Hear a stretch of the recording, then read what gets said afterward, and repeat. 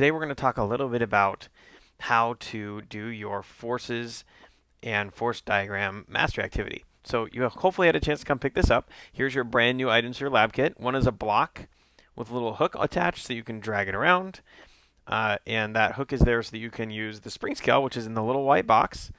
We're just going to open it up here for you real quick. And inside is a little bag with the spring scale, so make sure you pull the spring scale out of the plastic bag. And you're going to see that there's a hook on one end, and that allows you to kind of grab things and drag them around. And when you pull on that hook, the spring will kind of bounce back and forth and make measurements. And when you pull on the block, you'll be able to take some measurements with that much more easily than with other items. So that's what the block is for, is to test some of these. There are two scales on there. One is grams and one is newtons. So one gives you mass and one gives you weight or force.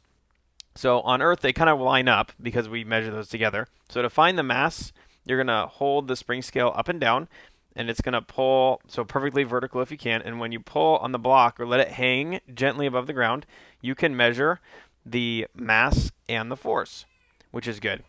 Once you've done that, and you can kind of see I'm turning it sideways here, you can use the line there on the little plunger on the inside to measure the mass and the force. You would do this while it's still hanging. I'm demonstrating it by turning it sideways so you can see it in the video.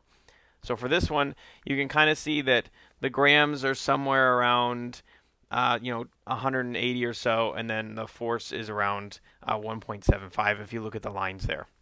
Now, for the dragging sideways, it's a little bit more challenging because you really don't have to drag it very fast. If you drag it really quickly, the spring's going to bounce around a whole bunch. It's not going to work. So you need to drag nice and slow, the slowest you can, without it bouncing back and forth.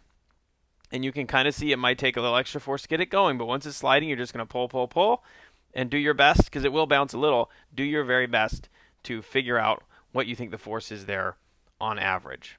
Okay, so your job is to take those measurements at the very, very top, and then on the bottom of this assignment, there's going to be some questions for you to answer. Okay, thank you all for listening, and good luck with the assignment. Make sure you send me an email or a message on Canvas if you need help.